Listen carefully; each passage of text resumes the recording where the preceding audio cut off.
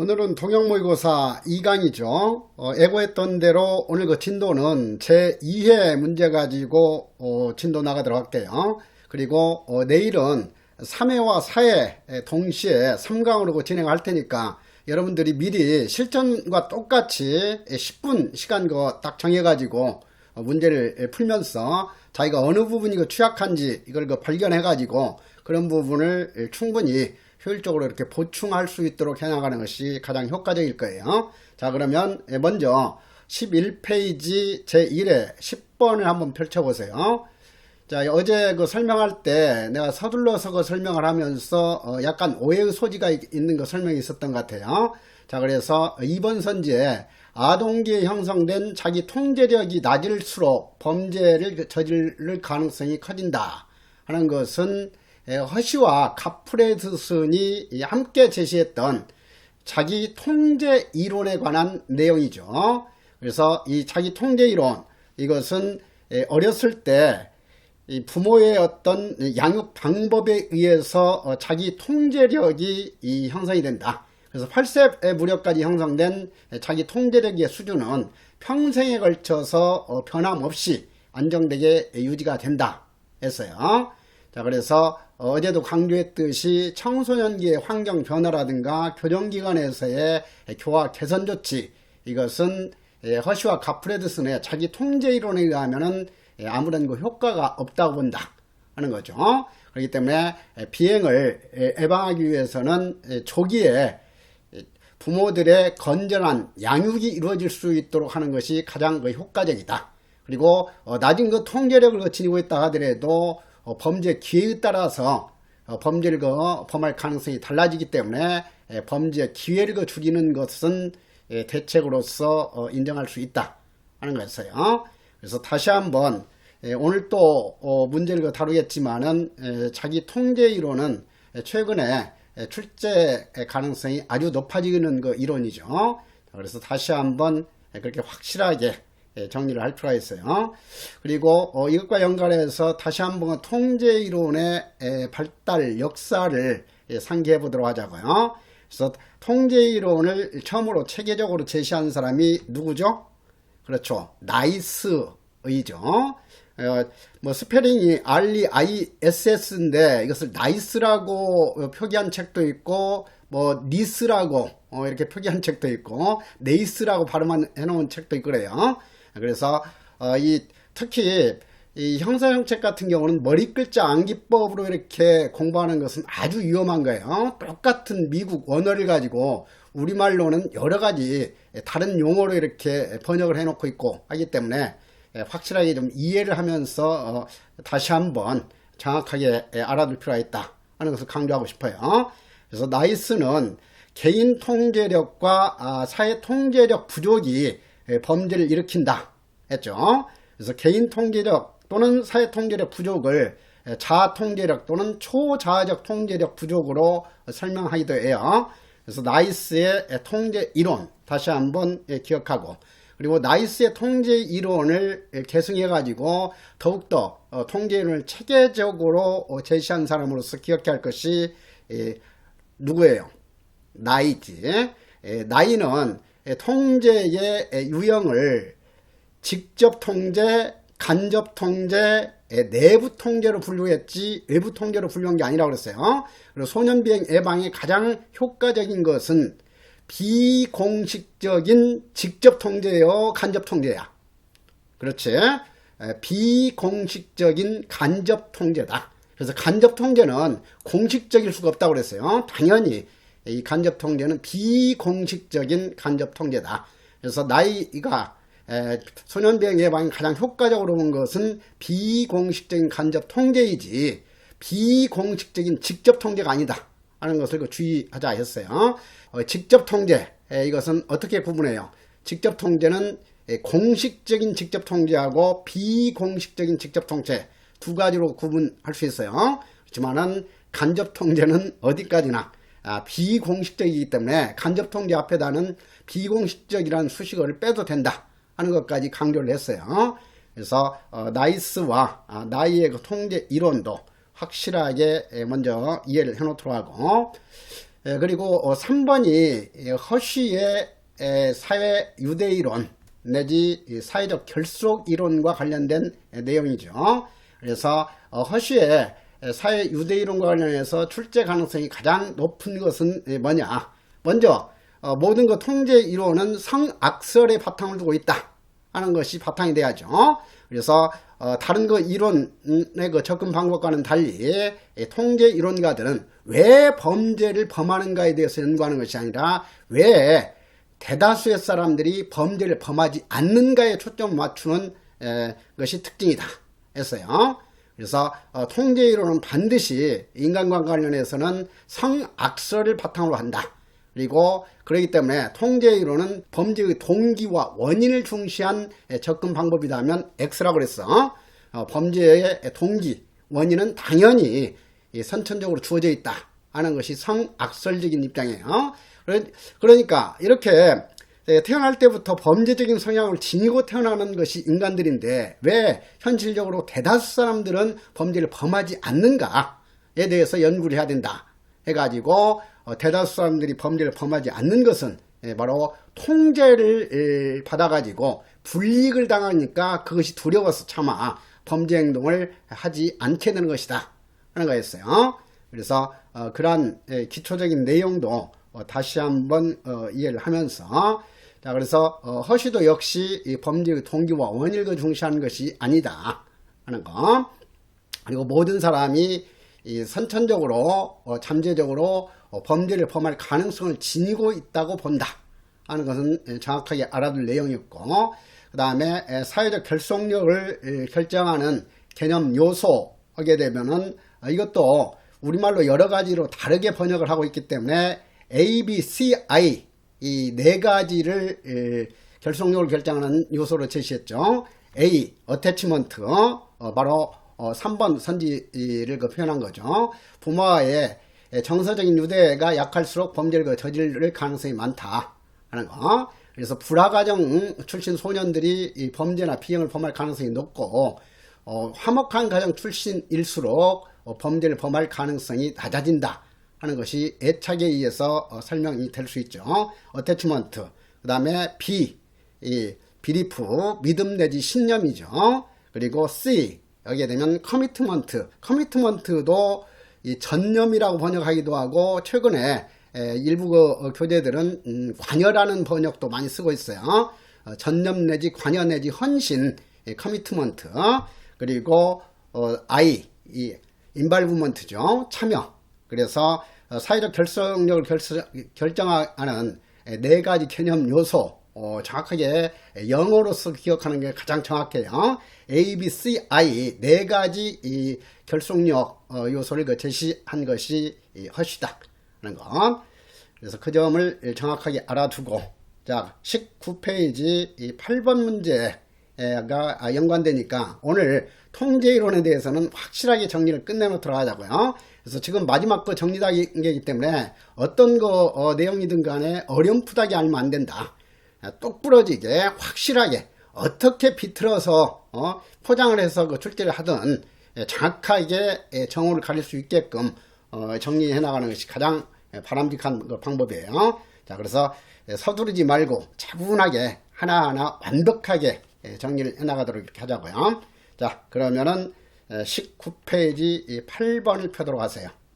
자, 8번 보시면은 가프레드슨과 허쉬의 자기 통제 이론이라고도 하고 범죄 일반 이론이라고도 부르기도 하죠.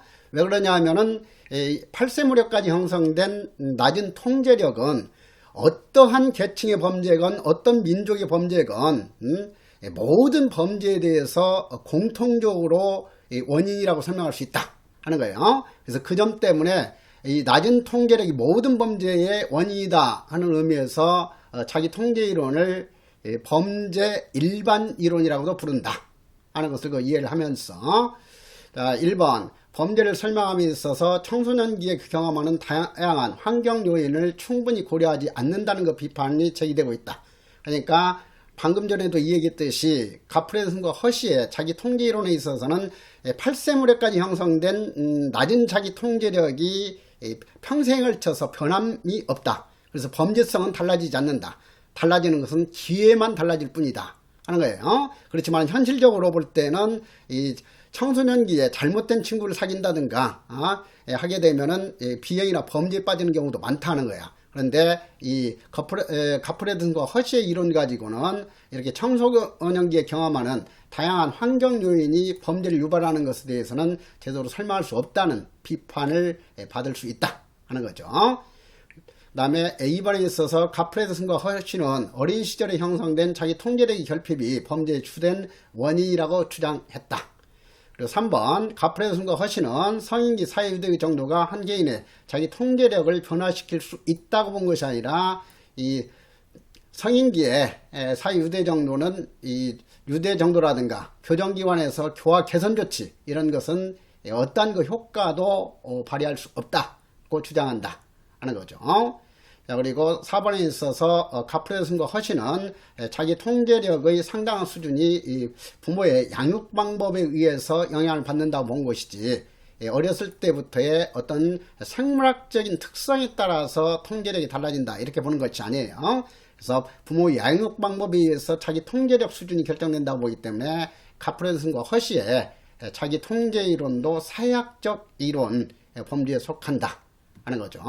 그 밖에 가프레든과 허쉬와 관련해서 알아둘 내용이 고전주의 이론과 실중주의 이론을 결합시킨 성질을 지니고 있다 했어요. 그래서 그 점을 좀 이해하면서 고전주의 이론을 받아들인 것은 가프레든과 허쉬도 성학설을 바탕으로 하면서 인간은 기회가 주어지면 순간적으로도 우발적으로 범죄를 범할 수 있는 성향을 지니고 있다.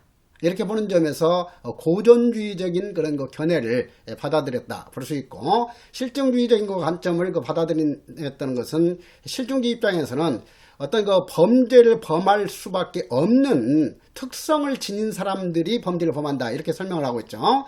그런데 가프레든과 허쉬도 바로 범죄를 범할 위험성이 높은 사람들은 낮은 자기 통제력이라는 그런 특성을 지니고 있다 하는 거예요. 그래서 이런 낮은 자기 통제력이라는 범죄인의 특성을 받아들이는 점에서 보면은 실중주의적인 이론도 부분적으로는 도입을 했다 하는 거예요. 그래서 가프레든과 허쉬의 자기 통제 이론은 최근에 가장 학계에서 높은 관심을 받는 이론이기 때문에 출제 가능성이 매우 높아요. 그래서 이번 시험에 있어서도 통제 이론은 한 문제 출제될 가능성이 90% 이상이에요.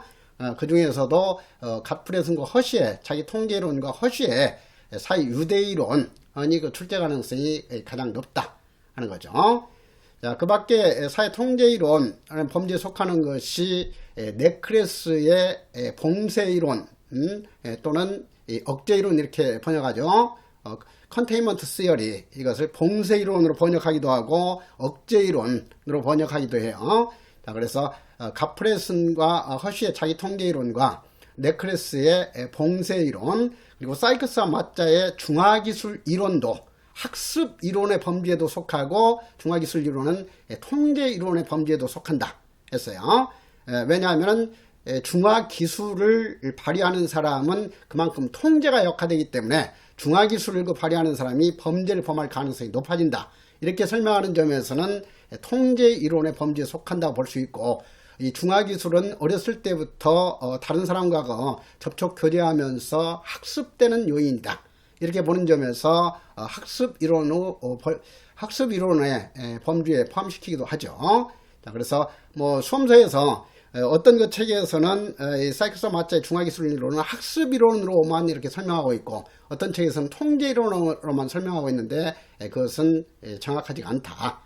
통제 이론으로 분류해도 되고 학습 이론으로 분류한다고 하더라도 틀리지 않는다 하는 점을 이해할 필요가 있어요. 그래서 그러한 통계 이론들에 대해서는 종합적으로 다시 한번 그렇게 정리할 필요가 있고 하죠. 그래서 이어서 10번 보시면은 방금 전에 설명했던 나이스와 나이의 통제 이론과 관련된 내용이죠. 그래서 나이는 직접 통제, 간접 통제, 내부 통제 세 가지로 분류한 것이지, 직접 통제, 간접 통제, 외부 통제로 통제 유형을 분류한 게 아니에요. 그래서 그런 점을 헷갈리지 않도록 하고, 그리고 나이는 가정에서 이 간접 통제력이 형성이 되는 거죠. 그렇기 때문에 가정을 사회 통제의 가장 중요한 근본이라고 주장을 했다. 이 일본 선지는 비공식적인 간접 통제를 가장 중시했다 하는 것하고 맥락을 같이 하는 내용이기 때문에 같이 연결해서 이해할 필요가 있죠. 그리고 네클레스의 컨테인먼트 시어리, 이것은 봉쇄이론, 억제이론, 뭐 제지론 이렇게 번역을 하고 있으니까 봉쇄이론은 청소년 비행 요인을 내적 배출 요인과 외적 유인 요인, 또 한 가지 더 추가한다면은 외적인 압력 요인이죠.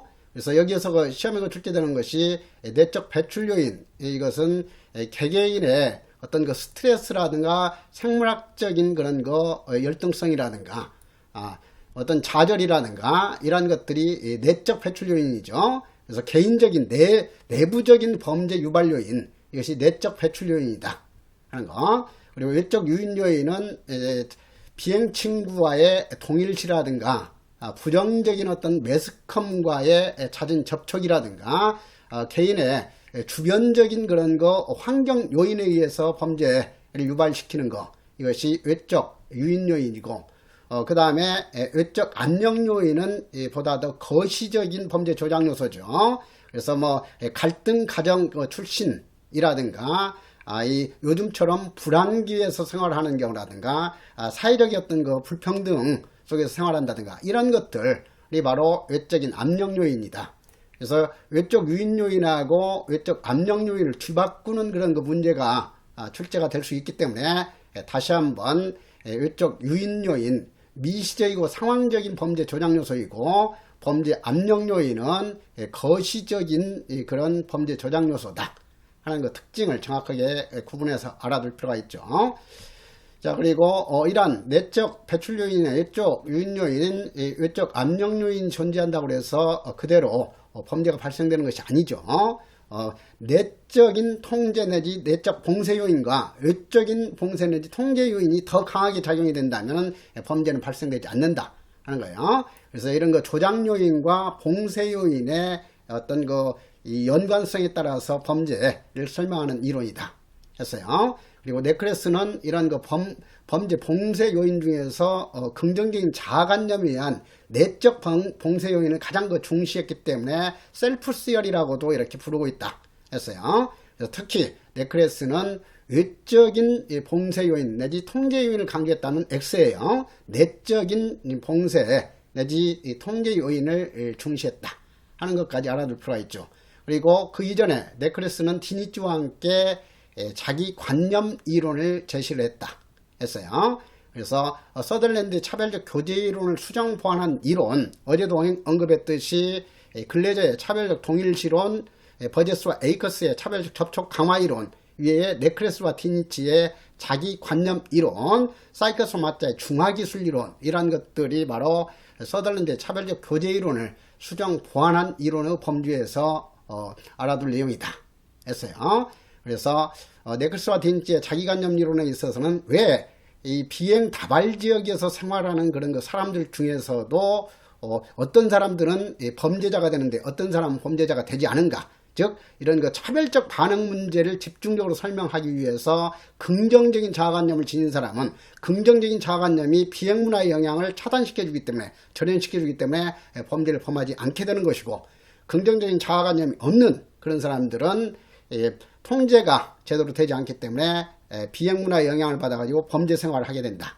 그래서 이렇게 차별적 반응 문제를 집중적으로 수정 보완한 이론이 네클레스와 디니치의 자기관념 이론이다 한 거예요. 그러니까 네클레스는 이 자기관념 이론에서부터 강조했던 것이 바로 긍정적인 자아관념이라는 내적인 그런 봉쇄 요인이에요. 그래서 그 점을 그렇게 연관시켜서 알아둘 필요가 있다 하는 거죠. 그리고 어제 공부했던 코엔에 대해서는 비행 하이문화 이론은 중산계층이나 상류계층 출신이 저지르는 비행이나 범죄를 설명하지 못하는 한계가 있다. 이것은 코엔의 이론뿐만 아니라 거시적 이론, 즉 사회구조적 이론의 공통적인 단점이다 하는 거예요. 왜냐하면 사회구조적 이론 내지 거시환경론은 왜 하위계층은 중상류계층에 비해서 범죄율이 높을까에 대해서 연구에 초점 맞춘 것들이다. 했어요. 그래서 하위계층이 높은 범죄를 범하는 것에 대해서는 잘 설명할 수 있지만 중상류계층의 범죄에 대해서는 적용할 수 없는 한계를 보이고 있다. 그래서 사회 해체 이론이건 머튼의 아노미 이론이건 코엔의 비행적 하이문화 이론이건 클로드 올린의 차별적 기회구조 이론이건 간에 똑같이 중상류계층의 범죄를 설명하는 데는 한계가 있다 하는 것이 적용될 수 있는 거예요.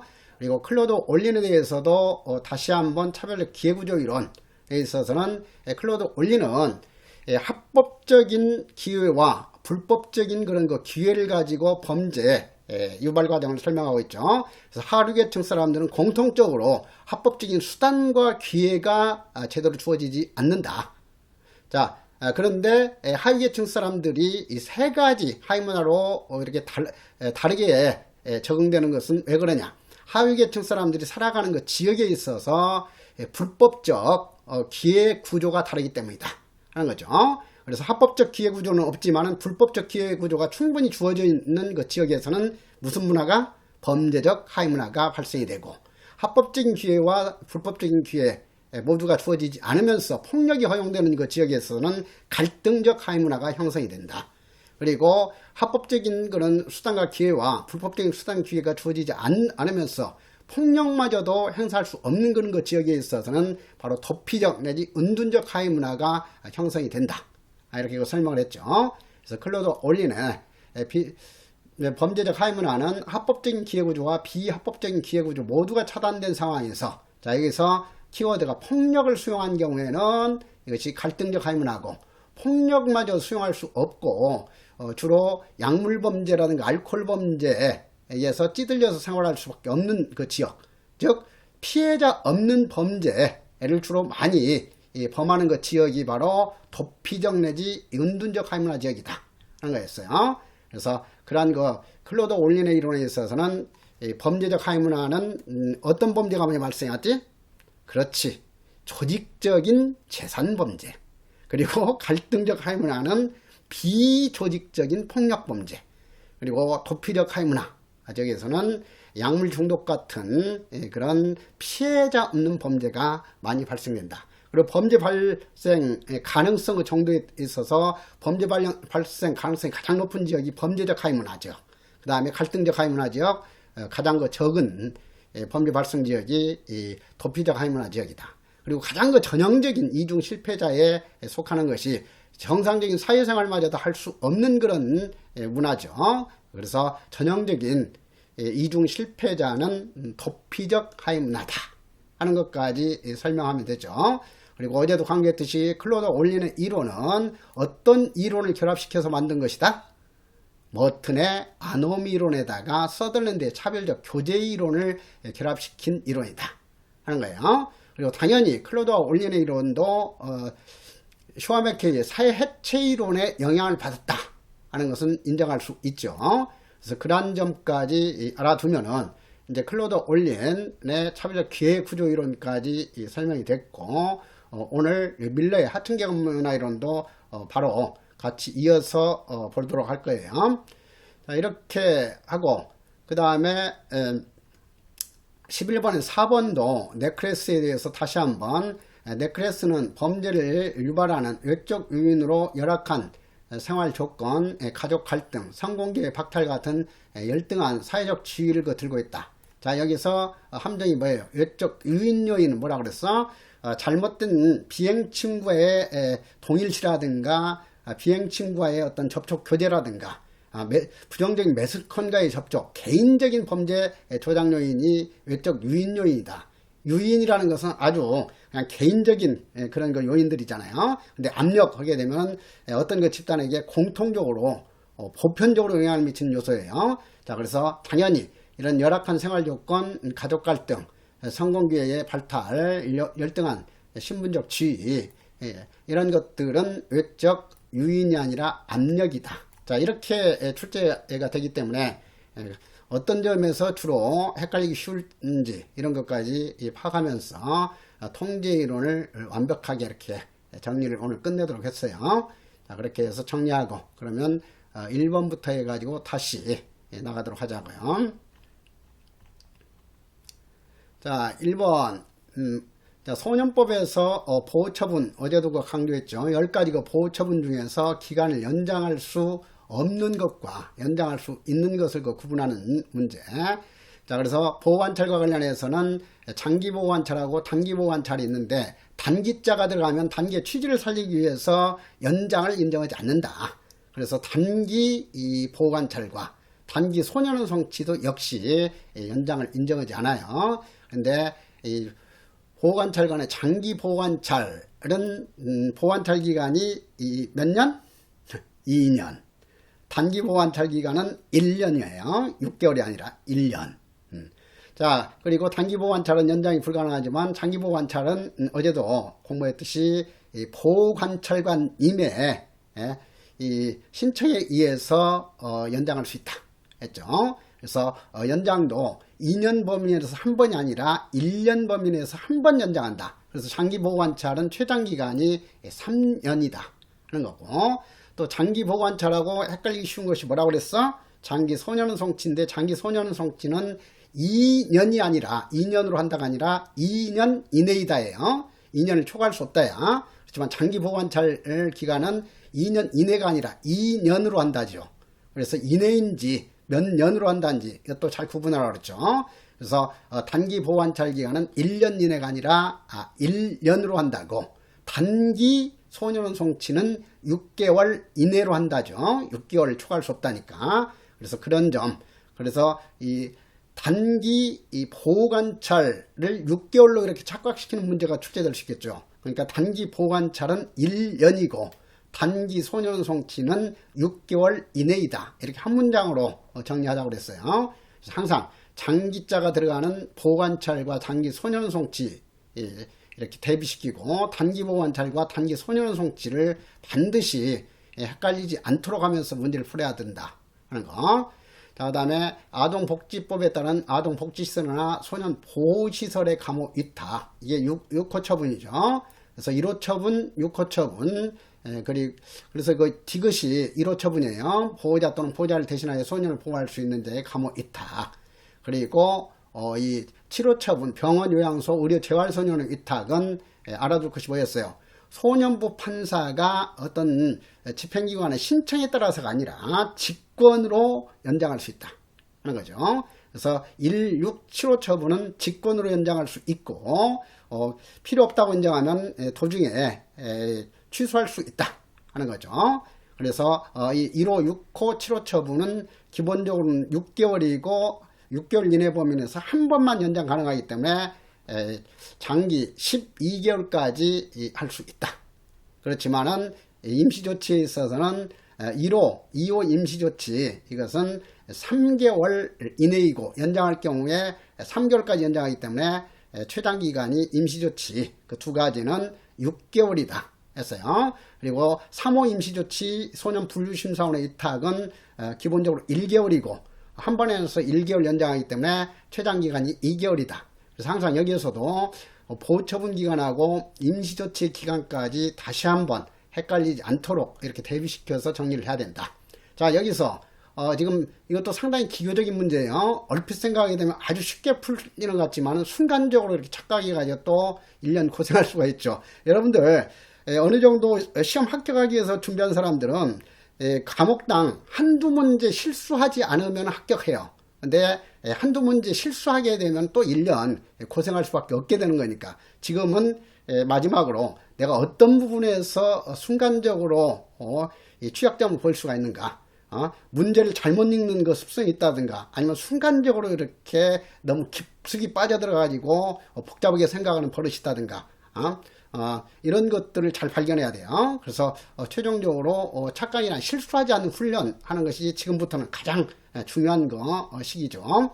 자, 그래서 그런 점을 주의하고, 자, 그래서 여기서 문제가 보호처분 중 했기 때문에 임시조치에 해당하는 소년 분류심사원 위탁은 근본적으로 해당되지 않는 틀린 선지가 되는 거죠. 자, 그래서 이런 점도 항상 주의해라. 어제도 사회과정리론 미시 환경론과 관련해서 그 4번 선지로서 코엔의 비행적 하이문화 이론에 맞는 내용으로 기술되어 있지만은 문제 취지가 이 사회과정리론 미시 환경론에 대해서 질문하는 거이기 때문에 이 코엔의 비형적 하이문화 이론은 맞는 내용으로 기술되어 있었지만 틀린 정답이 됐어요. 그렇듯이 이것도 보호 처분에 대해서 물었기 때문에 미음은 근본적으로 옳은 선지가 될 수가 없다. 이런 점에서 좀 이해할 필요가 있죠. 그래서 이 1번 같은 경우는 어제도 말했듯이 출제 가능성이 가장 높고 이번 시험에서 반드시 한 문제 이상 출제가 되기 때문에 해설로서 주의할 사항까지 강조해서 자세히 정리를 해놨어요. 그래서 반드시 이 부분은 다시 한번 그 해설 부분을 참조하면서 정리를 해놓도록 하세요. 자, 그 다음에 2번에 있어서 범죄 예측도 어제에 이어서 다시 한번 확실하게 정리하는 거죠.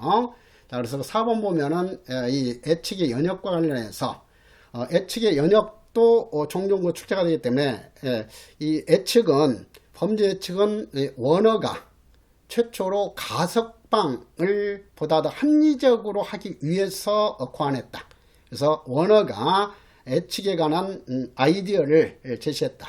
예측을 그러니까 최초로 범죄 예측을 시도한 사람은 누구다? 원어다. 그리고 버제스가 경험표를 만들어서 실용화시켰죠. 그래서 버제스의 경험표는 실점 방식에 의한 예측 방법이에요.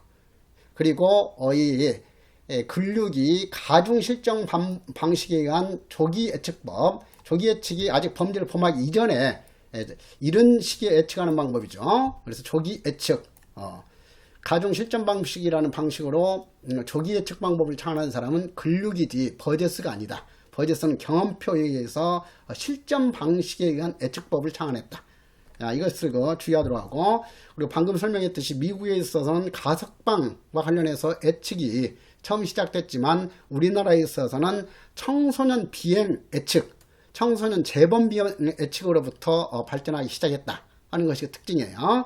그리고 이 우리나라에서 이런 예측과 관련해서는 한국형사정책연구원, 한국형사정책연구원이 지금은 좀 바뀌었죠, 명칭이. 한국 형사법무정책연구원으로 바뀌었는데, 이 한국형사정책연구원에서 재범, 재비행 확률에 대한 예측뿐만 아니라 재비행 시기까지도 예측하는 연구가 이루어졌다. 그래서 그런 예측의 발달 연역에 대해서까지는 알아둘 필요가 있어요. 그래서 그 점을 다시 한번 정리를 하도록 하고, 자, 그리고 단계에 따라서는 수사 단계에서 범죄 예측은 다이버전 대상자를 선별하기 위해서 많이 활용이 되고 있죠.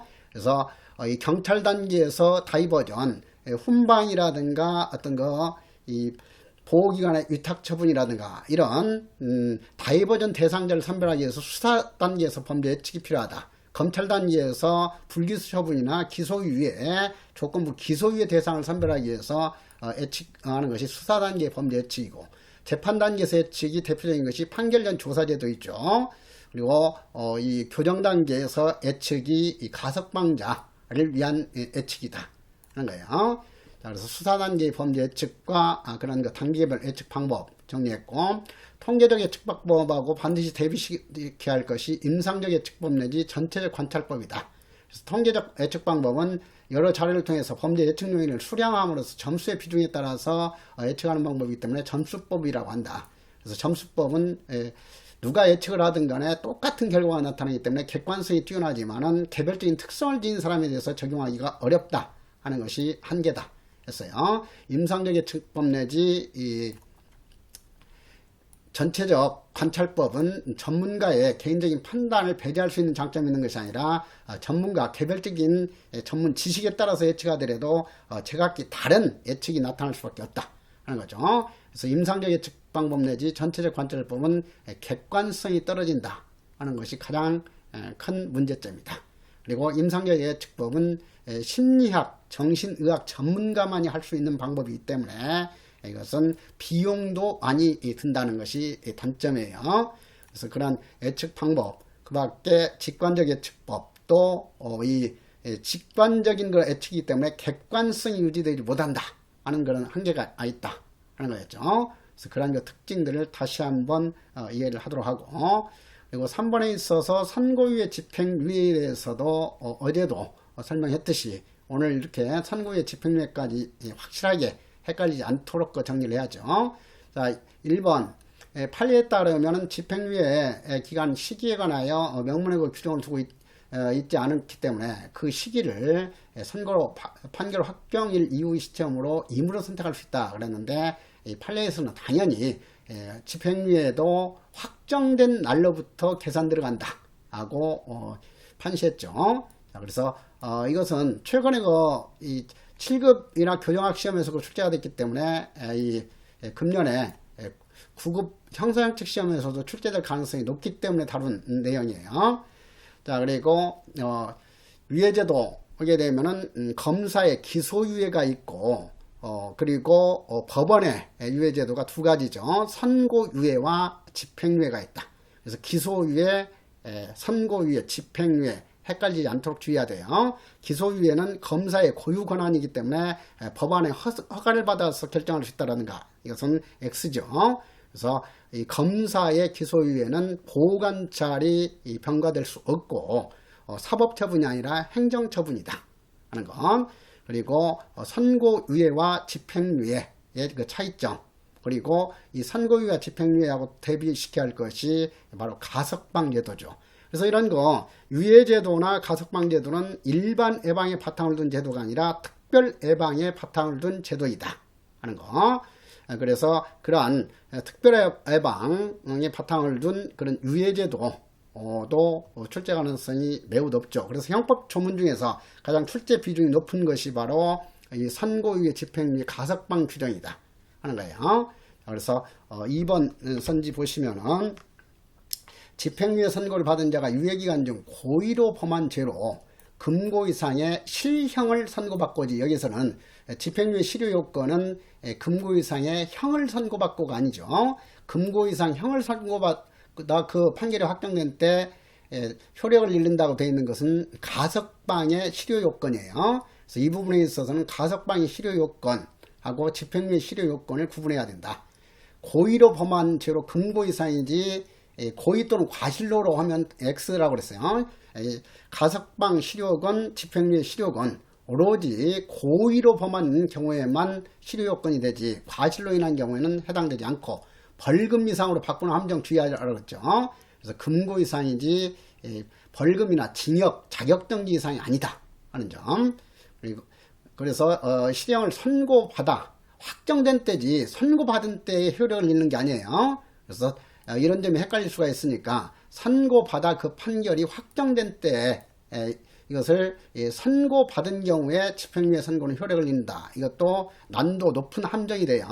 그래서 항상 선고된 것만 가지고는 어떤 효력을 나타나게 할 수 없다. 왜냐하면 1심에서 선고됐다고 하더라도 2심에서 무죄 판결이 될 수 있기 때문에 그래요. 확정된 것을 가지고 결정적으로 어떤 효력을 결정짓는 것이다 하는 점을 항상 주의하라고 그랬죠. 자, 그래서 이 집행유예는 이런 그 실효 규정도 있고, 준수사항을 위반하고 중대성이 심각한 경우에는 취소할 수 있다는 의무적 실효, 의무적 취소죠 거기서는. 그래서 의무적 취소하고, 그 다음에 3년 이내에 는 집행유예를 해줄 수 없는데 3년 이내에 집행유예를 해준 경우가 발견된 경우에는 취소하여야 한다. 필요적 취소죠. 그래서 집행유예는 의무적 취소 규정과 필요적 취소 규정, 그리고 실효 규정 세 가지를 두고 있다. 그런데 가석방에 있어서는 준수사항을 중대하게 위반한 경우에 취소할 수 있다. 의무적 취소 규정만 있죠. 그리고 이 실효 규정을 두고 있다. 가석방은. 그러나 선고유예의 경우에는 어떻게 되어 있어요? 실효 규정만 있지 취소 규정이 없는 것이 선고유예죠. 그리고 선고유예 그 실효 규정 61조, 형법 61조 보면은 선고유예 실효는 유예기간 중 금고 이상이 아니라 선고유예 실효는 자격정지 기준이죠. 자격정지 이상의 형에 처한 판결이 확정되거나 자격정지 이상의 형에 처한 전과가 발견된 경우에는 유예한 형을 선고한다이지 거기에서도 유예한 형을 집행한다가 아니에요. 이런 점을 주의하라고 그랬어. 그래서 다시 한번 그 61조 그리고 가석방 실효 74조 집행유예 실효 63조 그래서 형법 63조와 74조 61조 그 옆에다 필기해 가지고 다시 한번 명확하게 헷갈리지 않도록 하세요. 그러니까 선고유예 실효 요건에 있어서는 고의로 한정하지 않아 고의건 과실이건 자격정지 이상의 형이 확정되거나 과거에 자격정지 이상의 전과가 발견된 경우에는 필요적으로 유예한 형을 선고한다는 거 규정을 두고 있어요. 자, 그래서 그러한 실효 요건 세 가지 반드시 여기에서 구분해서 정리하도록 하세요. 그 다음에 3번에 있어서 선고유예 기간은 2년이고 선고유예 시 보호관찰 기간은 1년이다. 그리고 집행유예의 그 기간은 명시적으로 몇 년이라고 규정하고 있지 않죠. 그래서 이 집행유예는 법원에서 1년 이상 5년 이내의 범위에서 정할 수 있다예요. 1년 이상 5년 이내 범위 내에서. 그리고 이 집행유예 시 보호관찰 기간은 원칙적으로는 집행유예 기간이고 법원에서는 별도로 집행유예 기간 범위 내에서 보호관찰 기간을 따로 정할 수는 있다 했어요. 그래서 이 부분에서는 반드시 그러한 선고유예하고 집행유예 가석방 요건과 그 효력까지도 정리를 해야죠. 4번에 있어서 선고유예의 경우에는 재범방지를 위해서 지도 언어가 필요할 때는 1년의 보호관찰을 명할 수 있다 하는 거죠. 그래서 선고유예 시 보호관찰 기간은 무조건 1년이다. 그래서 이 1년하고 선고유예 기간 2년이 헷갈리도록 출제가 될 거예요. 그래서 이 점을 항상 놓치지 않도록 해야 된다. 그리고 이런 선고유예에는 실효되지 않고 2년 경과하게 되면 면소된 것으로 간주하죠. 그런데 집행유예의 효력은 집행유예가 실효 또는 취소되지 아니하고 그 유예기간을 보낸 경우에는 형선고는 효력을 잃는다죠. 그리고 가석방은 취소 실효되지 않고 그 기간 지나면 형 집행 종료로 본다예요. 그래서 그러한 새 제도의 효과까지도 정리할 필요가 있고, 그 다음에 가장 기초적으로 다시 한번 선고유예와 가석방 시에는 보호관찰만 평가할 수 있지 사회봉사 수강명령은 평가할 수 없다 하는 것. 그래서 그런 점들을 확실하게 다시 한번 상기하도록 하고, 어제도 강조했듯이 이 일상활동이론은 현대 고전주의론 내지 신고전주의 이론으로서 아주 중요한 이론이다. 그래서 1970년대 중반 이후에 신자유주의의 영향을 받아가지고 이 범죄학에 있어서도 신고전주의 내지 이 현대 고전주의가 발전하게 됐어요. 그래서 1970년대 중반 이후에 신자유주의의 영향을 받아서 발전된 것이 이 신고전주의 이론들이다. 신고전주의 이론을 대표하는 것이 억제이론, 합리적 선택이론, 억제이론과 합리적 선택이론의 개념을 기초로 해가지고 발달시킨 것이 일상활동이론이고, 일상활동이론을 더욱더 전문적으로 발달시킨 것이 상황적 범죄 예방이론, 범죄 패턴이론, 이런 것들이 현대 고전주의 이론들이다 했어요. 그래서 이러한 현대 고전주의 이론들도 이 자유의지론에 바탕을 두고 있죠. 그래서 다시 한번 그런 현대 고전주의 이론들, 기대 효용 원리를 강조한 합리적 선택이론, 그래서 이 클라크와 코니시의 합리적 선택이론, 그리고 억제이론, 여기서 억제이론, 아까 컨테인먼트 시어리를 억제이론 또는 봉쇄이론 이렇게 번역했는데, 여기에서 억제이론이라는 것은 디터런스 시어리죠. 그래서 디터런스 시어리는 형벌을 신속하고 엄중하고 확실하게 부과할수록 예방효과가 커진다 하고 보기 때문에 공식적인 형벌에 의한 통제를 강조하는 이론이고, 반면에 일상활동이론은 비공식적인 그 통제를 더욱더 중시하는 이론이다 하는 점에서는 구분할 필요가 있죠. 그리고 어제도 한 문제로 출제된다는 것이 바로 범죄 발생의 3대 요소, 동기화된 범죄자 내지 잠재적 범죄자, 그리고 적절한 대상이라고 번역하기도 하고 적절한 표적이라고 번역해도 되죠. 그리고 보호의 부재 또는 감시의 부재, 이 세 가지가 범죄 발생의 3대 요소 또는 이것을 범죄 발생의 삼각형이라고도 설명하기도 하죠. 자, 그래서 다시 한번 이 일상활동이론을 일상행위이론 이렇게 번역하기도 해요. 자, 그래서 다시 한번 정확하게 이해를 하고, 그 다음에 5번도 깨진 유리창이론, 이제 바로 그 주장자가 일슨과 켈링이고, 깨진 유리창이론에 있어서는 바로 무질서가 근본적인 범죄 원인이 된다고 보는 이론이죠. 자, 그래서 범죄가 많은 것 지역일수록 공동체 응집력 수준의 집합 효율성이 낮다고 보는 것은 샘슨의 집합 효율성 이론이에요. 그래서 집합 효율성 이론하고 깨진 유리창 이론은 생태학적 범죄 이론의 범죄에 속하지만 이런 점에서 구분이 될 수 있다 하는 것. 그래서 이 범죄가 많은 지역일수록 공동체 응집력 수준, 즉 집합 효율성이 낮아진다. 그래서 사회 자본 개념 가지고 집합 효율성을 강조하는 이론, 이것이 샘슨의 집합 효율성 이론이고, 샘슨의 집합 효율성 이론에서 샘슨은 뒤에 가서 샘슨과 롭의 생애 과정 이론해 가지고 또 설명이 되고 있죠. 자, 그래서 그런 한 학자가 두 가지 이상의 이론을 주장하기도 하기 때문에 샘슨도 그런 점에서 발달 범죄학 이론과 관련해서는 생애 과정 이론 또는 연령 단계에 따른 비공식적인 통제 이론을 주장하는 사람이 샘슨이죠. 샘슨과 나읍 또는 샘슨과 로브를 이렇게 발음하고 있어요. 샘슨과 나읍의 생애 과정 이론, 그런 점까지 다시 한번 묶어서 이해하도록 하고, 그 다음에 깨진 유리창 이론하면 종래의 형사정책이 범죄자 개인에게 집중하는 개인주의적 관점을 취한다는 거 비판하면서 공동체적인 관점, 그래서 어느 그 지역의 공동체 수준이 높으면 그만큼 무질서가 적어진다 하는 거예요. 근데 공동체가 제대로 형성되지 않으면 무질서가 형성이 되기 때문에 그 무질서로 인해서 그 지역에서 많은 범죄가 발생될 수밖에 없다 하는 거죠. 그래서 대책으로서, 예방대책으로서는 경찰의 역할로서는 이런 물리적, 사회적 무질서를 집중적으로 단속을 해야 된다. 무관용 원칙 내지 지역사회 경찰 활동의 바탕이 됐던 이론이 바로 깨진 유리창 이론이다 하는 거예요. 그래서 술 주정하는 행위라든가 무임승차하는 행위라든가 노산 방뇨하는 행위라든가 법으로서 규정되어 있지 않는 범죄 행위까지도 강력하게 관용을 베풀지 말고 단속해야 된다. 이 무관용 원칙 때문에 이것은 개인의 자유와 권리, 법의 지배라는 기본적인 가치가 상실될 수 있다는 비판도 제기가 될 수 있다 하는 것이에요. 그래서 윌슨과 켈링의 깨진 유리창 이론도 최근에 상당히 중요시되는 그런 이론이기 때문에 먼저 다뤘어요. 6번에 있어서 밀러의 이론은 다시 한번 코엔의 이론하고 대비시켜서 정리를 해야 된다 하는 점에서 복습 삼아서 다시 한번 여기서 정리했어요.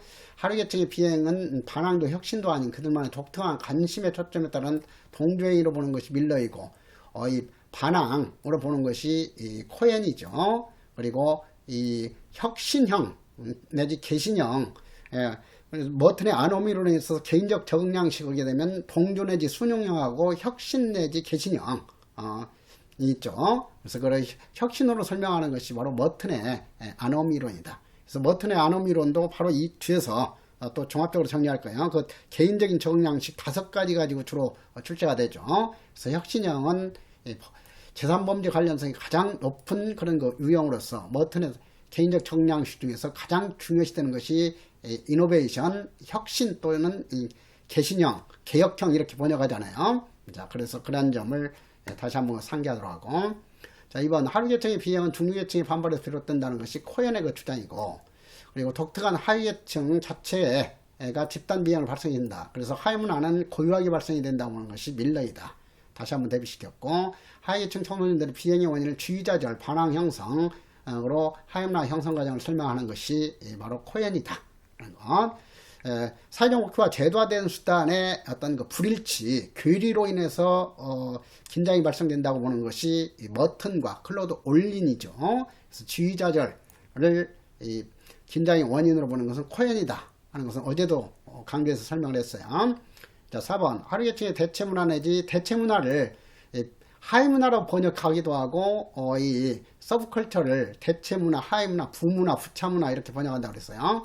하루계층의 대체문화가 갖는 상향 가치는 지배계층의 문화와 갈등을 거쳐야 바로 밀러의 이론은 여기 이 점에서 바로 갈등 이론이지 긴장 이론이 아니다 하는 것을 파악을 해야죠. 지배집단의 문화와 가치에 반하는 행위들이 지배계층에 의해서 범죄적 일탈적 행위로 간주된다고 주장을 했다 하는 것. 그래서 그러한 것들을 다시 한번 정리를 해놓도록 하세요. 그리고 이 밀러에 있어서 하위계층만의 6가지 중점 관심사. 이것도 뭐 영어 원어를 우리말에서는 여러 가지로 번역을 하고 있기 때문에 TT, 세파 6가지예요. TT, SEFA 이렇게 시작이 되죠. 자, 그래서 다시 한번 T, 트러블, 말썽거리, 사고치기 이렇게 번역하잖아. 트러블. 그 다음에 터프니스, 억셈 강인함. 스마트니스, 뭐 민첩성, 결함, 스마트니스, 그 다음에 엑사이트먼트, 흥분 추구, 그리고 페이탈리즘, 운명주의. A, 에토노미, 자율성이죠. 그래서 자율성도 집단 자율성은 코엔이고 자율성은 밀러다. 이렇게 헷갈리지 않도록. 그래서 이런 것들을 똑같은 원어를 가지고 여러 가지 번역하는 것들은 가로치고 이렇게 영어 원어를 써줘요.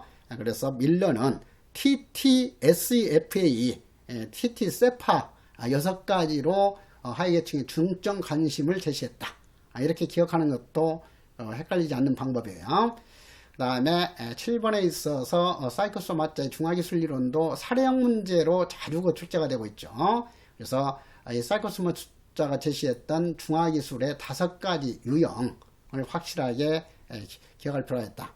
책임의 부정이지 규범의 부정이 아니다 했고, 가해 내지 손상의 부정, 다 같은 말이야. 가해, 손상, 피해의 부정 이렇게 번역하고 있죠. 그리고 비난자에 대한 비난이지 피해자에 대한 비난이 아니다. 그리고 가해자의 부정이 아니라 피해자의 부정이죠. 또 한 가지가 거도의 충성의 호소 또는 상위가치에 대한 호소이죠. 그래서 그 사례형 문제 다시 한번 정리를 하도록 해야죠. 그래서 이것도 보기에서 자세히 5가지 중국기술을 정리를 해놨으니까 거기에서 강조한 내용까지 해서 이렇게 사례형 문제로 출제될 것을 대비해서 확실하게 알아놓도록 하세요. 그 다음에 9번도 낙인이론 어제도 다시 한번 강조를 했어요. 그래서 여러분들은 지금 단계에서는 확실하게 똑 부러지게 알아야 되기 때문에 다시 한번 낙인이론가로서 출제 가능성이 높은 4사람의 학자, 슈어는 자기 낙인이론을 주장을 했고 낙인의 부작용이 나타나는 과정을 일률적인 그 과정을 본 것이 아니라 협상 과정으로 설명을 했다. 그리고 급진적 불기입주의로서 비범죄를 가장 강조했던 사람이 슈어다 하는 거죠. 그 다음 베커게 되면 주주의론, 주주의를 대표주의라고 번역하기도 하죠. 그래서 베커 또 한 가지는 동시적 모델을 비판하고 단계적 모델을 제시를 했다 하는 거죠. 그래서 이 베커 그리고 베커는 상호작용주의 관점에서 범죄의 정의를 한 대표적인 사람이죠. 그래서 아웃사이더스라는 저술을 남긴 대표적인 낙인이론가가 베커다. 그러니까 이 공식적인 어떤 낙인을 받게 되면 이 전과자라는 거 주의가 되기 때문에 정상적인 사회생활을 하지 못하고 이방인처럼 이제 따돌림을 당할 수밖에 없게 된다. 그래서 직업적인 범죄 생활로 빠져들 수밖에 없다 하는 것이 베커의 그 설명이죠. 그래서 아웃사이더스를 저술한 베커는 주주의론 내지 대표주의론으로 설명을 해야 할 수 있고, 그 다음에 형사사법기관의 역할에 대해서 회의적이며, 그래서 형벌을 부과하면 범죄는 더욱더 많이 늘어날 수밖에 없다고 보는 이론이 바로 낙인이론이다. 그리고 이런 낙인이론에 대해서 반대적인 입장을 취하는 대표적인 이론이 바로 디터런스 시어리, 억제 이론이죠. 억제 이론은 형벌을 신속하고 엄중하고 확실하게 부과할수록 범죄를 줄어든다 이렇게 설명하잖아. 그런데 이 낙인 이론가들은 형벌을 부과하면 오히려 범죄를 범할 가능성이 더욱더 늘어난다. 이렇게 설명하기 때문에 낙인 이론과 반대적인 입장을 취하는 대표적인 이론이 이 억제 이론이다 하는 것까지 좀 심화시켜서 알아둘 필요가 있어요.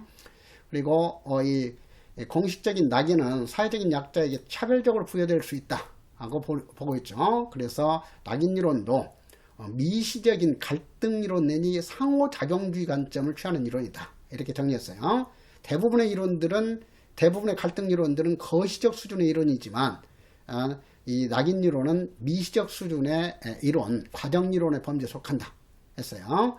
그렇지만 낙인 이론은 합의론에 바탕을 둔 이론이 아니라 갈등론에 바탕을 둔다 하는 것이 이거죠. 이런 거 공식적인 낙인, 처벌은 힘이 약한 사람에게는 가혹해지고 힘이 강한 사람에게는 관대해진다 하는 거. 자, 그리고 네머트는 1차적 일탈과 2차적 일탈 개념을 구분하면서 사회적 반응을 두 가지로 나눴죠. 사회 구성원에 의한 비공식적인 반응과 그리고 사법기관에 의한 공식적인 반응으로 구분하면서 낙인 효과를 강하게 나타나는 것은 당연히 전과자를 만드는 사법기관에 의한 공식적 반응이다. 비공식적인 반응이 아니야. 그래서 그런 점까지 구분해서 정리를 할 필요가 있고, 그 다음에 낙인 이론가들이 제시했던 4D 또는 5D 전략이라고 하는 새로운 그 대책으로서 비범죄와 비형벌화 다이버전, 그리고 이 탈낙인화, 적법 절차 원칙의 강조, 이런 것들이 바로 4D 내지 5D 정책. 또 한 가지 뭐였지? 비시설 처우죠. 사인의 처우 강조. 자, 그래서 그 낙인 이론가들은 이런 거 낙인 효과를 줄일 수 있는 그런 거 방안으로서 4D 또는 5D 정책을 제시했다 하는 내용까지 확실히 알아두고, 그 다음에 새로운 낙인 이론가로서 다다음 시간에 공부하게 될 브레이스웨이트의 재통합적 수치심 부여 이론까지 이렇게 이제 종합해서 정리를 하게 되면 낙인 이론도 완벽한 정리가 될 거예요.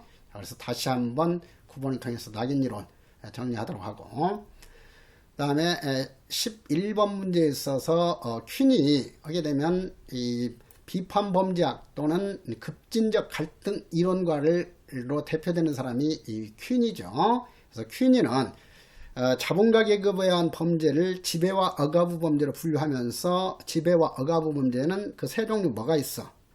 그렇죠. 정부 범죄, 기업 내지 경제 범죄, 통제 범죄 세 가지가 있고, 그 다음에 노동자 계급에 의한 범죄는 대항범죄와 적응범죄가 있다 했죠.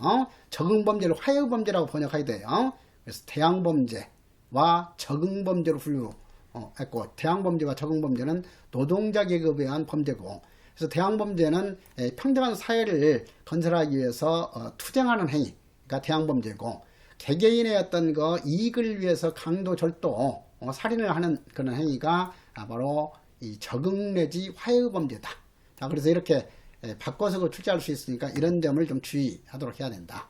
2번 허시의 사회통제 이론은 규범준수에 대한 사회적 보상이 얼마나 관심을 갖는가에 따라서 어제도 강조했듯이 커미트먼트, 관여로 번역하기도 하고 전념 내지 헌신으로 번역하기도 한다 했잖아요. 자, 그래서 다시 한번 A, B, C, I로 네 가지 결속 요소를 제시했다 하는 것을 기억할 필요가 있죠. 중화기술이론에서 자기 행위로 인해서 피해를 본 사람이 있을지 모른다 것을 인정하면서 그런 사람들이 피해를 입어도 마땅하다는 자기 행위를 합리화하는 그 기술, 이것이 가해의 부정이 아니라 피해자의 부정이죠. 피해자가 유혹했거나 도발했기 때문에 마땅히 당해야 할 피해를 당한 것에 불과하다 하는 것이 바로 피해자의 부정이라는 중화기술이다. 그래서 아까도 강조했듯이 그 보기에서도 자세히 정리된 내용 확실하게 정리하고, 슈나이더의 정신병질 10가지 다시 한번 정리를 했어요. 그래서 가장 중요시되는 것이 무정성 정신병질. 근데 무정성 정신병질은 고등감정이 없는 그런 정신병질 유형으로서 조직범죄자나 잔인한 범죄자와 관련성이 높다. 자신결핍성, 그리고 우울성. 그러니까 자신결핍성이건 우울성이건 무력성이건 이것은 지나치게 아주 자신감이 없고 소극적인 그 성격이죠. 그러니까 남을 공격할 수 없는 거야. 자살 빠질 가능성은 높아도. 그래서 그러한 그 특성을 기본 강의에서부터 매우 강조하면서 설명을 했었죠. 그래서 그러한 정신병질 유형 10가지 확실하게 좀 알아두도록 하고, 그 다음에 또 여기서 덧붙여서 새로운 문장으로서 출제될 수 있는 것이 이 슈나이더에 의하면 모든 정신병질자 내지 사이코패스라고도 해요. 정신병질을 모든 그 정신병질자가 범죄자가 되는 것이 아니다. 그리고 대부분의 범죄자가 정신병질자인 것도 아니다. 그래서 정신병질자는 이런 이 조현병처럼 완전히 그 정신이 이렇게 나간 사람들이 아니에요. 정신병자가 아니죠. 정신병질자, 사이코패스, 이건 그렇기 때문에 이 정신병 치료보다는 성격 교정에 초점을 맞춰야 된다 하는 것을 강조했어요. 그래서 슈나이더의 그런 성격 이론, 내지 정신병지를 그냥 원어 그대로 사이코패스라고 설명하기도 해요. 그리고 오늘날 전형적인 그 사이코패스와 관련해서는 뒤에 문제가 다루고 있지만은 바로 이 사이코패스의 판정 도구로서 PCLR이라는 그 판정 도구를 개발한 사람이 헤어죠. 그래서 헤어의 사이코패스 판정 도구 다른 문제도 뒤에서 설명이 될 거예요. 그래서 사이코패스 내지 소시오패스 내지 반사회적인 성격 장애까지 연관시켜서 성격 이론을 정리해야 된다. 그래서 이런 이 사이코패스 판정 도구로서 PCLR 이것은 20개 항목으로 되어 있는데 뭐 25개 항목으로 되어 있다 이렇게 바꾸는 기출문제까지 출제된 바 있고 그래요. 그래서 그런 점들을 다시 한번 뒤에서 정리를 할 거다. 그래서 기분이변성 같은 경우 뭐 욕동인에 비유할 수 있다. 자, 그래서 이런 점을 다시 한번 정리를 좀 하도록 하고요. 그 다음에 뭐 폭발성 이것은 이제 뭐 폭발성이 아니라 모든 환경에 대해서 저항력을 상실하고 우왕좌왕한다. 당연히 이 의지 박약성이죠. 그래서 이렇게 유형의 특징까지 출제가 될 수 있으니까 다시 한번 10가지 정신병질 유형까지 종합적으로 정리를 끝내놓도록 하세요. 그 다음에 화이트 칼라 범죄 어제도 강조했던 내용들 다시 한번 여기에서 확인하도록 하고, 그리고 14번에 있어서 암수 범죄는 실제로 발생했지만 범죄 통계에 포착되지 않은 범죄죠. 그렇기 때문에 공식 통계 분석을 아무리 과학적으로 정밀하게 한다 하더라도 암수에 대해서는 해명할 수가 없다. 파악할 수가 없다. 그래서 암수 해명 방법은 별도의 방법이 사용돼야 된다. 그래서 암수 해명 방법도 이 직접적 관찰법과 간접적 관찰법으로 나누면서 직접적 관찰법에 해당하는 것이 인위적 관찰법인 실험과 자연적 관찰법인 참여적 관찰법과 비참여적 관찰법까지 구분해서 설명이 됐어요. 그래서 다시 한번 직접적 관찰법과 간접적 관찰법을 구분하면서 오늘날 암수 해명 방법으로 가장 많이 사용되는 것은 직접적 관찰법이 아니라 간접적 관찰법으로서의 피해자 조사 방법이다. 그래서 피해자 조사 방법, 자기보고식 조사, 정보 제공자 조사까지는 암수 이론과 관련해서 알아둘 내용이죠. 자, 그 다음에 2번 신고에 따른 불편 해가지고 이렇게 신고가 안 돼가지고 사법기관에서 파악조차 할 수 없는 범죄가 절대적 암수 범죄이고, 사법기관에서 파악을 했지만은 이 검거 능력이 부족하다든가 이렇게 불공정하게 법 집행해가지고 즉 차별적 선별화 과정을 거친다든가 이렇게 해서 나타나는 암수가 상대적 암수 범죄다. 그래서 절대적 암수 범죄와 상대적 암수 범죄. 그래서 절대적 암수 범죄는 성범죄처럼 신고가 제대로 되지 않는 경우에 많이 나타난다 하는 거예요. 자, 그래서 절대적 암수 범죄하고 상대적 암수 범죄는 반드시 구분해서 알아둘 필요가 있고, 그래서 여기에 3번이 바로 상대적 암수 범죄에 대한 내용이죠. 그리고 4번에 있어서 피해자가 특정되지 않거나 직접적 피해자만 존재하는 것이 아니라 당연히 직접 피해자만 존재하는 경우에는 피해자 조사 방법에 의해서 암수 파악하기도 쉽죠. 그리고 직접적 피해자가 존재하는 경우에는 바로바로 신고가 되고 하기 때문에 암수율이 크게 늘어나지 않아요. 그렇지만 피해자 없는 범죄처럼 간접적인 피해자만 존재하는 경우에는 암수 발생 가능성이 높아진다. 그래서 이렇게 직접적 간접적을 잘 뒤바꿔요. 절대적 상대적 많다 적다 한다 할 수 있다 해야 한다 할 수 있다. 법조문에서는 이런 것들이 말장난 함정으로 출제가 잘 되죠. 그리고 또 뭐 1차적 일탈과 2차적 일탈 낙인이론에서는 잘 뒤바꾸고, 셀린의 문화갈등 이론에서는 1차적 문화갈등 개념하고 2차적 문화갈등을 뒤바꾸는 문제, 그리고 생물학적 이론에서는 일란성 쌍둥이하고 이란성 쌍둥이 1자 2자 잘 바꾼다고 그랬어요. 그래서 이렇게 말장난 함정으로 잘 써먹는 내용들도 강조했듯이 항상 그런 문자가 들어있는 선지 있으면은 함정 아닌지를 항상 주의하도록 해라 했었죠. 그래서 그런 점을 이해하고, 그리고 15번을 통해서 다시 한번 이탈리아 실종주의 범죄 인류학파하고 프랑스 사회학파, 그래서 프랑스 사회학파로서는 낙가사뉴, 타르드, 듀르켐이 출제되는 내용이죠. 그리고 이탈리아 범죄 인류학파는 롬보로소, 페리, 가로팔로. 그래서 롬보로소는 자유의지에 따라서 이성적으로 행동하는 인간을 전제로 했다. 이것은 자유의지에 따라서 이성적으로 행동하는 인간을 전제라는 것은 고전주의론이지 실증주의론이 될 수가 없죠. 그래서 이런 실증주의 이론가들은, 초기 실증주의 이론가들은 자유의지론을 전혀 인정하지 않았다 하는 거죠. 그렇지만 놈브로서는 범죄 원인을 자연과학적인 방법으로 분석했기 때문에 현대 범죄학의 아버지라는 평가까지 받고 있다. 그래서 이 놈브로서는 생물학적 원인만 인정했던 것이 아니라 사회학적 원인도 인정했다 하는 것까지 알아둘 필요가 있다고 그랬죠. 그리고 페리 여기에 되면은 다시 한번 범죄는 세 가지 원인에 의해서 야기가 된다. 그래서 상례적 범죄인처럼 인류학적 원인, 그리고 기후 풍토 같은 물리적 원인, 그리고 사회적 환경. 그래서 범죄 원인의 이 세 가지 원인설을 범죄 원인의 3원설이라고 하죠. 그리고 그 세 가지 범죄 원인을 지닌 사회에서는 더도 말고 덜도 말고 그 많은 양의 범죄가 규칙적으로 발생될 수밖에 없다 하는 것이 범죄 포화법칙이죠. 그리고 범죄 포화법칙에서 법칙을 쓰게 되면 자유의지론을 전혀 인정하지 않기 때문에 형벌을 통한 범죄 통계는 인정할 수 없다.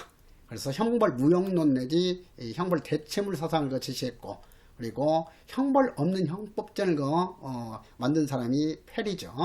그래서 페리는 형벌과 보안처분에 있어 이론론을 강조하면서 형벌 없는 형법전까지 제시한 사람이 페리다 하는 거죠. 그래서 그러한 페리에 대해서도 확실하게 다시 한번 이해하고, 그리고 가로팔로는 심리학적인 소질을 강조했죠. 그래서 자연범설을 제시한 사람이 가로팔로이다. 그래서 자연범 법정범 과실범으로 유용화했던 사람. 그리고 상례적 범죄인에 대한 대체적으로 놈브로조는 사형을 인정했지만, 그래서 놈브로소와 가로팔로는 사형 찬성론자지만은 페리는 사형 폐지론자에 해당이 된다 하는 내용까지는 알아둘 필요가 있죠. 다시 한번 뒤에서 또 듀르켐, 타르드, 낙가사뉴, 프랑스 학파도 대비시켜서 정리가 될 거예요. 그리고 16번 고전주의 학파 이론하고 실증주의 학파 이론은 이제 반복할 필요가 없죠. 그리고 고전주의 학파에 속하는 벤담이 파놉티콘 교도소를 구상했다 하는 거. 자, 그래서 그런 내용들을 벤담하고 베카리아도 대비시키는 정도까지는 파악할 필요가 있죠. 자, 17번에 있어서 보호관찰 등에 관한 법률에 있어서 준수사항. 그래서 최근 시험에 있어서 법률에 있어서는 이런 준수사항을 구분하는 문제가 출제가 잘 되고 있어요. 그래서 다시 한번 보호관찰 등에 관한 법률상의 준수사항하고 전자장치 부착법상에 있어서 그 준수사항 이런 것을 정확하게 알아둘 필요가 있죠. 자, 세부적으로 이런 내용에서 출제했을 때 난도가 높아지면서 틀리는 오답률이 매우 높아져요. 자, 그래서 준수사항은 일반적 준수사항, 일반 준수사항하고 특별 준수사항을 헷갈리도록 하는 문제가 출제될 거니까 이 특별 준수사항과 일반 준수사항을 구분하면서 먼저 풀도록 해야 된다. 그래서 이 보호관찰 대상자의 준수사항 이렇게 수식어가 없이 했다면은 이것은 일반적인 준수사항에 관한 내용이죠. 그래서 대상자의 그 준수사항에 해당하지 않는 것 했는데, 여기에서 주거지에 상주하고 생활에 종사할 것, 보호관찰관의 지도 감독에 따르고 방문에 응대할 것. 자, 그리고 이 주거지를 이전하거나 10일 이상이 아니라 1개월 이상 국내 여행하고자 할 때는 미리 보호관찰관에 신고할 것이 보호관찰 대상자의 준수사항이면서 사회봉사 수강명령의 준수사항이죠. 그래서 사회봉사 수강명령 대상자의 준수사항하고 보호관찰 대상자의 준수사항으로서 공통적으로 규정한 것은 이 3번과 관련된 내용이야. 1개월 이상 국내 여행할 때는 미리 보호관찰관에 신고할 것 하는 것. 자, 그래서 여기에서는 보호관찰 대상자의 일반적인 준수사항하고 사회봉사 수강명령 대상자의 일반 준수사항까지도 구분해서 알아둘 필요가 있어요. 그래서 사회봉사 수강명령 대상자의 일반 준수사항은 두 가지죠. 1개월 이상 국내 여행하고자 할 때 보호관찰관에 신고할 것하고, 그 다음에 2번 내용은 보호관찰 대상자의 일반 준수사항이에요. 그런데 사회봉사 수강명령 대상자의 일반 준수사항은 보호관찰관의 집행에 관한 지시에 따를 것이죠. 자, 이런 것들도 좀 헷갈리기 쉽지. 지도 감독을 주 내용으로 하는 것이 보호관찰이죠. 그러니까 이 지도 감독이 따르고 방문에 응대할 거라면은 사회봉사 수강명령의 일반적인 준수사항이 될 수 없어. 사회봉사 수강명령의 일반 준수사항은 이것하고 비슷하지만 보호관찰관의 집행에 관한 지시에 따를 것이지, 지도 감독이 따를 것이 아니에요. 지도 감독자가 들어가면 이건 보관찰의 내용이지 사회봉사 수강명령에 있어서 지도 감독은 해당되지 않죠. 자, 그래서 사회봉사 수강명령에 있어서는 보관찰관의 집행에 관한 지시에 따를 것 이렇게 되어 있을 거예요. 그래서 이런 것들도 헷갈리기가 쉬우니까 이제는 보관찰 대상자의 준수사항하고 사회봉사 수강명령 대상자의 준수사항까지도 대비시켜서 이렇게 정리할 필요가 있다 하는 거. 그리고 일반 준수사항은 1, 2, 3, 1, 2, 4 이런 내용이고, 그 다음에 특별 준수사항으로서 일반 준수사항으로 착각하기 쉬운 것이 뭐라고 그랬어요? 일정량 이상 음주하지 말 것. 이것은 일반 준수사항이 아니라 특별 준수사항이야. 사행행위에 빠지지 말 것, 특별 준수사항이죠.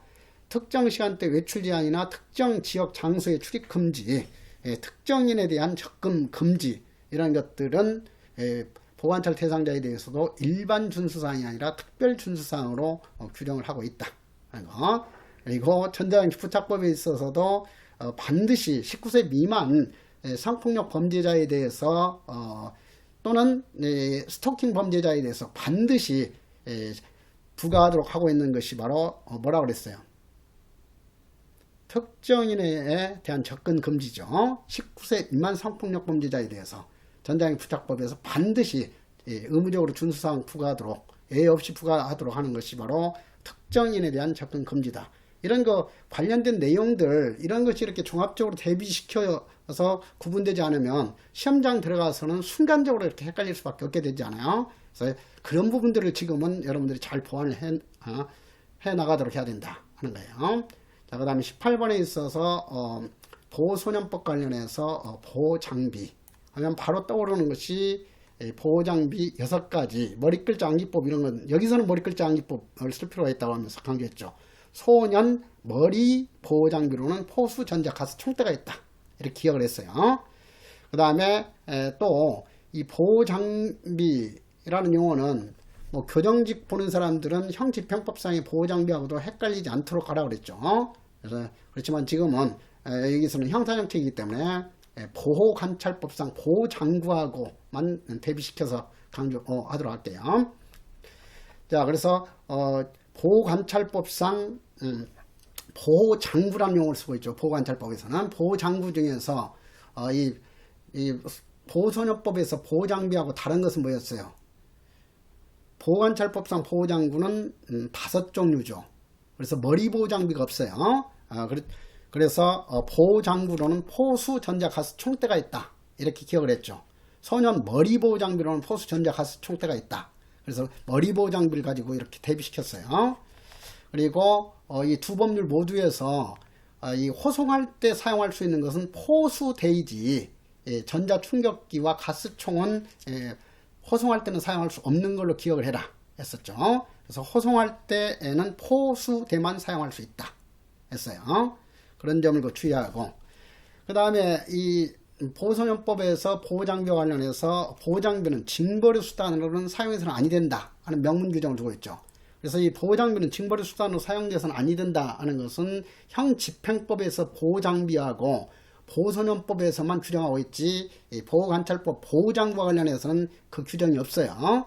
자, 그래서 보호장비는 징벌의 수단으로 사용돼서는 아니 된다 하는 것은 헷갈리지 않도록 하시고요. 자, 그래서 그러한 기본적인 그 내용들 확실하게 알아두도록 하고, 그래서 여기서 같이 연관시켜서 보면 보호장비는 필요한 최소한의 범위에서 사용하며 보호장비 사용할 필요가 없다고 인정됐을 때는 지체 없이 사용을 중지해야 된다. 그래서 비례성 원칙에 대해서 명시 규정을 두고 있고, 니은 원장은 보호소년 등이 위력으로 소속 공무원을 정당한 직무를 방해하는 경우에는 소속 공무원으로 하여금 가스총도 사용할 수 있고 전자충격기도 사용할 수 있죠. 자, 그래서 포수대는 사전 경고가 요건이 아니지만 가스총과 전자충격기는 보호관찰법이건 보호소년법이건 사전에 경고가 원칙이다 하는 거. 자, 그렇지만은 예외적으로 경고하지 않을 수는 있다. 포수대는 사전 경고가 요건이 아니에요. 사전 경고를 요건으로 하는 것은 전자가스총이다 했죠. 충격기하고 가스총만 사전 경고를 요건으로 하고 있다 하는 거. 자, 그래서 그 점 주의하도록 하고, 그 다음에 디귿에 있어서 원장은 자살 등의 우려가 큰 때하고 자살 우려가 큰 때 헷갈리기 쉽다고 그랬죠. 그래서 머리 헬멧 씌우는 것이 머리 보호 장비이기 때문에 자살 우려가 아니라 자해 우려 같은 경우에만 사용할 수 있는 것이 머리 보호 장비다 했죠. 그래서 이 머리 보호 장비는 다시 한번 보호관찰법상 보호 장구에는 해당되지 않는다 하는 거. 그리고 여기 이송할 때 사용할 수 있는 것은 포수대만 사용할 수 있지, 이 가스총과 전자충격기는 사용할 수 없다 하는 것을 다시 한번 확인하도록 하세요. 그래서 이런 거 관련된 내용, 보호장비의 사용, 이것은 보호직 보는 사람은 보호관찰법상 보호장구하고 반드시 대비시켜서 정리해놓고, 그 다음 교정직 보는 사람들은 형집행법상 보호장비 8종류죠.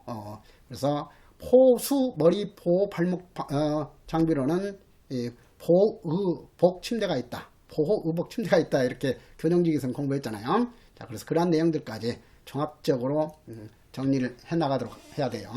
자, 19번에 있어서 보호사건의 조사 심리도 최근에 이 조사 심리 출제 비중이 높아지고 있죠. 자, 그래서 다시 한번 정리를 해보도록 하죠. 소년부 판사는 조사관에게 사건 본인 보호자 또는 참고인 신문이나 그 밖에 필요한 조사를 명할 수 있다지 명해야 한다가 아니죠. 원칙적으로 조사는 의무적 조사이지 필요적 조사가 아니다. 보호관찰법상 환경조사만 필요적 조사예요. 그래서 그런 점이 헷갈리지 않도록 하고, 그래서 조사를 명해야 한다면 X가 되는 거죠. 그러니까 이 소년부 판사는 사건 본인, 즉 비행소년만 조사하도록 명할 수 있는 것이 아니라 보호자나 참고인의 그 신문이나 그 밖에 필요한 사항을 조사하도록 명할 수 있다 하는 거. 2번, 소년이 소년분류심사원에 위탁하는 경우에 보조인이 없을 때는 국선 보조인을 의무적으로 선정해야 된다. 그래서 국선 보조인 제도가 소년법에서 특별규정으로 명시되어 있다. 그리고 이런 소년분류심사원에 위탁된 경우 보조인이 없는 경우는 반드시 보조인을 선정하도록 하고 있죠. 그렇지만 소년분류심사원에 수용되지 아니한 경우에도 신청에 의해서 또는 직권으로 보조인을 선정할 수는 있다 하는 것까지 같은 거 규정 다시 한번 정리해 놓도록 해야죠. 3번에서 소년부 판사는 소년부 법원 서기관, 법원 주사, 보호관찰관 또는 사법경찰관리에게도 동행영장을 집행하게 할 수 있다. 그래서 형사사법 절차라면 체포영장, 구속영장이겠지만 보호사건 절차이기 때문에 동행영장이다. 동행영장은 원칙적으로 사법경찰관리가 집행하는 것이 아니라 조사관이 집행하는 것이 원칙이지만, 조사관이 집행할 수 없는 어려운 사정이 있을 때 예외적으로 이 규정을 두고 있다. 그래서 그 점 다시 한번 이해하고, 그리고 동행영장 발부 대상이 되는 것은 누구예요? 그렇지, 사건 본인, 그러니까 비행소년과 보호자에게는 동행영장을 발부할 수 있지만 참고인에 대해서는 동행영장을 발부할 수 없다 하는 것도 중요한 사항이었어요. 그러니까 소환 대상에는 보호자와 참고인도 소환 대상이 되지만, 이 소환에 응하지 아니한 경우에 보호자에 대해서는 동행영장까지 발부할 수 있죠. 그러나 참고인에 대해서는 동행영장은 발부할 수 없다. 자, 그런 세부적인 내용까지 다시 한번 이해하도록 하고, 4번에 있어서 소년부는 조사 심리할 때 정신건강의학과 의사나 심리학자, 사회사학과, 교육자 그 밖에 전문가의 진단, 소년 분류심사원의 분류심사 의견, 소년교도소 이렇게 집어넣었죠. 소년교도소의 의견은 전혀 들어있지 않죠. 자, 그래서 이 보호관찰소를 소년교도소로 바꿨는데, 자, 여기에서는 특히 이 소년원, 이것을 소년원으로 바꾸는 것도 함정이에요. 그래서 지금 소년법 12조 규정이죠. 그래서 12조 규정 다시 한번 그 전문가의 진단 또는 소년 분류심사원의 분류심사 결과, 보호관찰소의 조사 결과 의견이지 소년원이나 소년교도소나 경찰관서는 해당되지 않는다 하는 거. 그리고 이거하고 반드시 또 대비시켜서 정리를 해놓도록 하세요. 그래서 소년법 49조의 2 검사의 결정된 조사, 자, 그 여백에다가 소년법 49조의 2 검사의 결정된 조사, 거기에서는 어떻게 했어요? 검사가 결정된 조사를 의뢰할 수 있는 그 대상 기관은 보호관찰소장만이 아니고 소년 분류심사원장과 소년 원장, 세기관에게 이 조사를 의뢰할 수 있죠. 자, 그래서 소년법 49조에 있어서 검사의 결정전 조사 대상 기관은 보호관찰 소장만이 아니라 소년원장, 소년분류심사원장 세기관이다. 그 다음에 여기에서 소년법 10조에 따라서 전문가의 진단이 필요한 경우에 대해서 보호관찰법 제19조의 2에 있어서는 법원의 결정전 조사 규정을 두고 있잖아요. 19조 2. 그래서 거기서 법원의 결정전 조사도 역시 보호관찰 소장에게를 조사를 의뢰할 수 있도록 하고 있죠. 그래서 그러한 보호관찰법 19조와 19조 2까지 이렇게 종합적으로 여기서 정리를 해놓도록 하자고요. 다시 한번 소년법 12조 그리고 보호관찰 등에 관한 법률 제19조와 19조의 2 그리고 소년법 49조 2에 있어서 검사의 결정전 조사. 자, 비슷한 그런 그 조사들이기 때문에 종합적으로 한 문제로 출제될 수도 있어요. 그래서 다시 한번 그 해당 내용도 헷갈리지 않도록 하기 위해서 그래서 조사 의뢰기관을 세 기관으로 명시하고 있는 것은 검사의 결정전 조사이고 조사 규정이고 그 다음에 보호관찰법 19조의 2에 있어서 소년부 판사의 그 결정전 조사 또 보호관찰 소장에게 조사를 의뢰할 수 있다. 이죠. 그래서 모든 그 조사는 의무적 조사이지 필요적 조사가 아니다. 그래서 방금 말했듯이 환경조사 규정만 조사를 의뢰해야 한다. 하는 거 두고 있죠. 자, 그래서 그러한 것들이 세부적으로 헷갈릴 수 있으니까 확실하게 정리하도록 하시고요. 그 다음에 비범죄아는 다이버전하고 연관시켜서도 이해가 됐죠. 자, 그래서 비범죄아나 다이버전, 비형벌화, 사연의 처분 내지 비시설화를 강조한 것이 낙인 이론가들이다. 그래서 비범죄아의 개념, 형사사법 절차에서 형사처벌의 범위를 축소하는 것을 의미하고 비범죄아의 예시로서 이미 폐지된 간통죄와 혼인빙자 간음죄 그리고 헌법 불합치 판결을 받은 낙태죄 등이 전형적인 비범죄에 해당 범죄 유형들이라고 볼 수 있다. 자, 그리고 비범죄는 형법의 보충성을 강조하는 것 경향이고 형법의 탈윤리화를 강조하는 경향이다. 그리고 낙인 효과를 감소시키는 거고 형사사법기관의 자원을 보다 효율적으로 활용하자는 차원에서 피해자 없는 범죄에 대해서 비범죄의 필요성이 주로 주장이 되고 있죠. 자, 그래서 이 공공질서를 침해하는 가벼운 범죄에 대해서 비범죄 내지 피해자 없는 범죄 논의가 되고 있죠. 그렇지 개인적 법익을 침해하는 행위 유형하고는 관련이 없다 하는 점도 주의할 사항이었어요. 그리고 비범죄 유형 중에서 사실상 비범죄를 단속상 비범죄라고도 하고 수사상 비범죄라고도 했죠. 같은 말이야. 사실상 비범죄, 수사상 비범죄, 단속상 비범죄. 이것은 경찰이나 검찰이 이 법규가 존재함에도 불구하고 처벌할 필요성이 없다고 이렇게 인식하는 경우에는 법 적용하지 않는 것. 이것이 사실상 비범죄 내지 수사상, 단속상 비범죄다 하는 거. 그리고 법률의 폐지, 변경하는 것. 이것이 국회의회에서 행해지기 때문에 이것은 입법상 비범죄하고 또 한 가지 법률상 비범죄가 재판상 내지 사법상 비범죄죠. 헌법재판소나 법원에서 범죄로 판단 내리지 않음을 통해서 비범죄시키는 거. 그래서 비범죄 유형은 크게 사실상 내지 수사상 비범죄하고 법률상 비범죄로 구분하고 법률상 비범죄를 세분하면은 입법상 비범죄와 재판상 비범죄로 구분된다. 이렇게까지 이해를 하면 되겠어요. 자, 오늘 또 이러한 종합적인 내용 정리를 했으니까 다시 한번 미흡한 부분을 찾아내 가지고 확실하게 보완을 해 놓도록 하세요. 자, 그러면 내일 3회와 4회를 가지고 다시 한번 또 정리를 해 나가고 이렇게 5회까지만 확실하게 반복하면서 중요한 사항들 확인해 나가고 하게 되면은 여러분들은 이번 시험에서 확실하게 90점 이상 득점할 수 있으니까 지금은 절대 흔들리지 마세요.